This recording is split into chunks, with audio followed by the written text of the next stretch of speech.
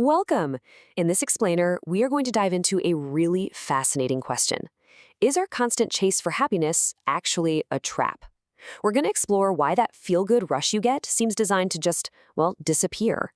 And then we'll uncover a much deeper, more sustainable way to feel good by awakening the senses you probably never even knew you had. So let's just jump right in with a pretty provocative thought. Are you really in control?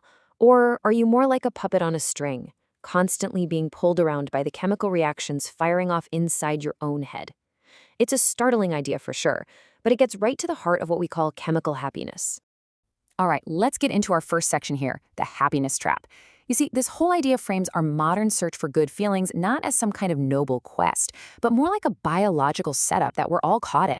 I mean, think about it. We spend so much of our lives chasing that feeling, right? That feeling of happiness.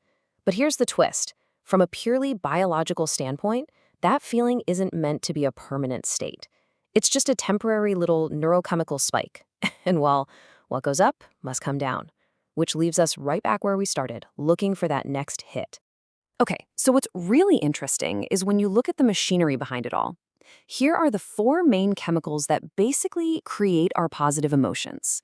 But look at their purpose. They're all short-term, goal-oriented survival tools. Endorphins? They're for ignoring pain in a crisis. Dopamine? That's the little push to finish a task. Oxytocin helps us bond for safety. And serotonin is all about social status and feeling in control. So you see, they're brilliant for keeping us alive, but pretty terrible for creating any kind of lasting fulfillment. And this quote just illustrates the problem so perfectly. Chasing these feelings is exactly like chasing a butterfly. The whole thrill is in the chase, right? But the second you catch it, the magic's gone. And you're just left there looking for another one to chase. It's an endless and, ultimately unfulfilling cycle. So, if that's the trap, what's the alternative? Let's move on and see how we can build towards a totally different way of feeling good, one that isn't dependent on these fleeting little chemical bursts. This slide lays it out perfectly, side by side. On one side, you've got that roller coaster of chemical happiness, the spikes, the dips, the addictive chase. But on the other side, you have what the source calls mystic feelings. Think virtuous states like peace or joy or harmony. These aren't just limited bursts. They come from what's described as an unlimited source and show up as a steady, constant flow. I absolutely love this analogy. True virtuous feelings, they don't need a negative contrast for you to feel them, Peace doesn't need war to exist. Harmony doesn't need chaos. Unlike that chemical happiness, which is kind of defined by its absence, these feelings are totally self-sustaining. They are their own reward. Okay, so if these steady, mystic feelings are the goal, then how in the world do we access them? Well, Section 3 explains the mechanism, and it's all about learning to use a completely different set of senses. Just think for a second about how your 5 physical senses work. They're not just passive, receivers of information. They are active clue gatherers, constantly scanning your environment, piecing together all these tiny bits of information to build a bigger picture of what's happening, and more importantly, what's about to happen. This is a perfect everyday example. A single clue, like hearing a whistle or feeling a little tremor, that's not enough on its own. But when your brain synthesizes all of them, the sound, the feeling, the light, you get a crystal clear picture of reality that lets you act. You don't just react, you anticipate, and you move off the tracks. Now here's the crucial leap. The source material argues that your soul works the exact same way. It has its own set of senses, and they're designed to pick up on these subtle clues and vibrations from a non-physical reality, building a picture that goes way beyond what your eyes and ears can tell you. Which brings us to what we're calling your mystic toolkit. Now, try to think of these not as something supernatural, but as innate human abilities, almost like a set of superpowers just waiting for you to unwrap them and start practicing. First up, premonition. This is that classic gut feeling.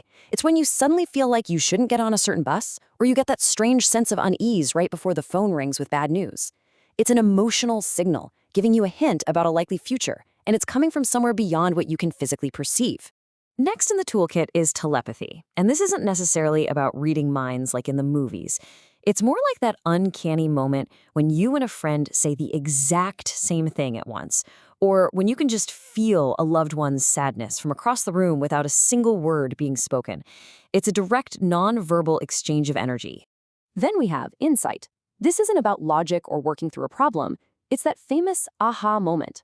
It's when you've been struggling with something for days, and then suddenly, in a flash, the entire solution just appears in your mind, perfectly formed. You instantly understand the inner nature of the situation. And finally, we have intuition, which is really the foundation for all these other senses. It's that quiet, direct knowing that doesn't need proof or a logical breakdown. It's the simple, unshakable feeling that this is the right path, or I can trust this person. It really is the bridge between what your conscious mind knows and what your deeper self feels. So why does developing this toolkit matter so much? I mean, this is cool and all, but what's the point? Well, that brings us to our final section, which frames all of this inner work not as some kind of hobby, but as maybe the most important test we'll ever take. So here's the bottom line. According to the source, these senses aren't just for navigating this life, they're essential for the next one. The idea presented is that this life is basically a training ground, and failing to develop these senses means you can't really navigate what comes next, and you have to come back for more practice time. And that really leaves us with the ultimate question, doesn't it? The information is flowing, the clues are there, from those little gut feelings to those big flashes of intuition. The only question left is, are you tuning in? Or are you letting the noise of the world and the constant chase for that next chemical high just drown them all out?